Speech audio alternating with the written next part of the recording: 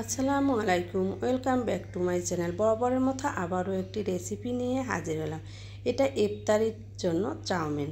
তো যাই হোক, মাহে রমজানের শুভেচ্ছা জানিয়ে আজকের রেসিপিটি শুরু করব ইনশাল্লাহ। তো যাই হোক, এখানে কিন্তু চাউমিনটা সামান্য একটু কিমা দিয়ে 1 কাপ পরিমাণ কিমা দিয়ে ঝটপট চাউমিনটা তৈরি করেছি। ভেজিটেবল চাউমিন, খেতে দারুণ। তো যাই হোক, এখানে চুলার একটা আমি মধ্যে পানি পরিমাণ মতো দেব, অর্থাৎ চাউমিন সিদ্ধ হতে কিন্তু বেশি একটু পানি লাগে। তারপর আমি এখানে একটু লবণ দিয়ে দিব, অফিস কিনে সাদা সয়াবিন তেলও দিয়ে দিয়েছি 1 চামচের মতো। এখন আমি এটা ঢেকে রেখে দিলাম, বলক হয়ে এসেছে। এই পর্যায়ে আমি এই চাউমিনের প্যাকেটটা হচ্ছে স্বপ্ন থেকে নিয়ে আসছি। এটা বাহিরের ছিল চাউমিনের প্যাকেটটা, বাইরের দেশের। তো যাই হোক, এখন আমি প্যাকেটটা খুলে এখানে দেব। আর চাউমিন কিন্তু ভেঙে দিয়ে রান্না করার কোনো দরকার নেই, গোটা গোটা রেখে এভাবে দিবেন। তো এখানে কিন্তু কড়াইয়ের চেয়ে চাউমিনটা লম্বা ছিল। কড়াইটা আমার যথেষ্ট বড়, তারপরেও চাউমিনগুলো অনেকটা লম্বা ছিল। তো এখন নিচের দিকে যখন একটু সফট হয়ে আসবে তখন চাউমিনটা কিন্তু নেমে যাবে। তো আমি এটা চামচ দিয়ে এভাবে কিন্তু ডুবিয়ে দিচ্ছি পানির মধ্যে। দেওয়া হয়েছে, ঢেকে রেখে বেশ কিছুক্ষণ পর ফিরে আসলাম চাউমিনটা ফিরিয়ে দেওয়ার জন্য। তো এই চাউমিনটা সিদ্ধ করতে একটু সময় লাগে চাউমিনটা। তো যাই হোক, চামচ দিয়ে পাশে ওপাশে ফিরিয়ে দিয়ে ঢেকে রেখে আবারও বেশ কিছুক্ষণ পর ফিরিয়ে আসলাম। এসে আবারও আমি কিন্তু ফিরিয়ে দিয়ে চেক করতেছি যে আসলে সিদ্ধ হয়েছে কি না।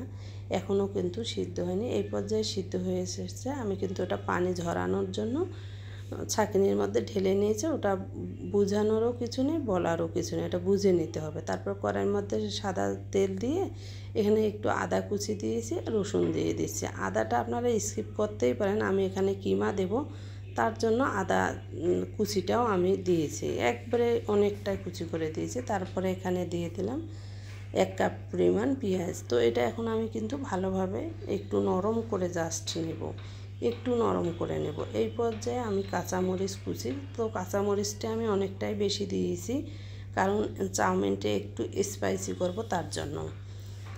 এই পর্যায়ে আমি 1 কাপের পরিমাণেও বেশি একটু কিমা রেখে দিয়েছিলাম। তো এটা বাজার থেকেই কিন্তু কিমা করে আনা, তার জন্য তেলটাও ছিল কিমার মধ্যে। আর আমি বাসায় যখন কিমা করি তখন কিন্তু তেলটা স্কিপ করি, এই জন্য এখানে তেলটাও আছে বাজারের, এটা কিমা করে নিয়ে আসা। তো এখন আমি কিন্তু এখানে কালো গোলমরিচের গুঁড়োটা দিয়ে দিলাম 1 চা চামচ। স্বাদ অনুযায়ী লবণটা দিব। আর হ্যাঁ, লবণের পরিমাণটা মাথায় রেখে দিতে হবে, সয়া সস দিব এই জন্য। এখন আমি এখানে মাংস কিমাটা যখন সুন্দর সিদ্ধ হয়ে এসেছে সেই পর্যায়ে কিন্তু আমি গাজর, কেটে রাখা গাজরটা দিয়ে দিচ্ছি। তো গাজরটাও কিন্তু আজকে আমি লম্বা লম্বা করে বেশ নিয়েছি, একটু মোটা মোটা করে রেখে দিয়েছি। খেতে কিন্তু অনেকটাই ভালো লাগে এভাবে। তারপরে আমি কিন্তু গাজরটা একটু সফট হয়ে আসার পরে আমি কিন্তু বাঁধাকপিগুলো দিয়ে দিলাম। আর বাঁধাকপিগুলোও কিন্তু আমি লম্বা করে কেটে নিয়েছি, একটু খেয়াল করবেন, একটু বুঝে নেবেন। তো যাই হোক, এখন আমি চামচ দিয়ে এটা কিন্তু বেশ ভালোভাবে নেড়ে ছেড়ে দেবো। আর এটা কিন্তু বেশ কিছুক্ষণ আমি হাই হিটে কিন্তু এটা চাউমিনটা রান্না করতেছি। আর যে পর্যায়ে ভেজিটেবলগুলো সফট হয়ে আসবে, যতক্ষণ পর্যন্ত সফট হবে না ততক্ষণ আমি এভাবে নেড়ে চেড়ে রান্না করে নেব। তারপরে একটু কিছুক্ষণ আমি ঢেকে রেখে দিলাম কয়েক সেকেন্ডের জন্য। আবারও ফিরে আসলাম, এসে আবারও আমি কিন্তু এটা কষিয়ে বেশ নেড়ে চেড়ে বেশ কিছুক্ষণ এটা কষিয়ে নেব।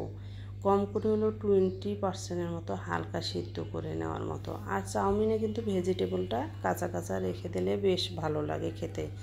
এই পর্যায়ে কিন্তু আমি চাউমিনটা দেখেন দিয়ে দিচ্ছি। তো চাউমিনটা যে বললাম পানি ঝরিয়ে নেওয়ার জন্য রেখে দিয়েছিলাম। তো এখানে আমি চাউমিনগুলো এতটাই বেশি হয়েছিল, আমার কড়াইয়ের পরিমাণের চেয়েও বেশি, তাই আমি কিছু চাউমিন কিন্তু এভাবে রেখে দিলাম, যতটুকু লাগবে অতটুকু দিয়ে দিলাম। ওটা সিদ্ধ করে একপাশে ওটা বক্সে রেখে দেব।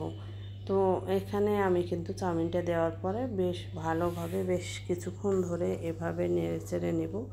ইতিমধ্যে যারা আমার চ্যানেলটিকে সাবস্ক্রাইব করেননি বা সাবস্ক্রাইব করেছেন যারা, তাদেরকে তো অসংখ্য অসংখ্য ধন্যবাদ। আর যারা এখনও করে উঠতে পারেননি, আমার ভিডিওগুলো যে ভালো লাগে অবশ্যই সাবস্ক্রাইব করে পাশে থাকবেন, লাইক কমেন্ট দিবেন। আর মাঝে মাঝে কিন্তু ইফতারিতে ভাজা পোড়া বাদ দিয়ে যদি ভিন্ন কিছু এরকম ইফতারিতে রাখা যায় তাহলে কিন্তু অনেক ভালো লাগে। আমি আর সেদিন ইফতারিতে কোনো আইটেম করি নাই, জাস্ট শুধু চাউমিন করেছি, আর এই চাউমিন দিয়ে পরিবারের সকলে অনেক সুন্দর ইফতারি খেয়েছে, অনেক নাকি মজা হয়েছিল, আর কোনো রকমের আইটেম রাখিনি। তো আপনারাও চাইলে একবার ট্রাই করে দেখতে পারেন এই চাউমিনটা ইফতারিতে রাখার জন্য।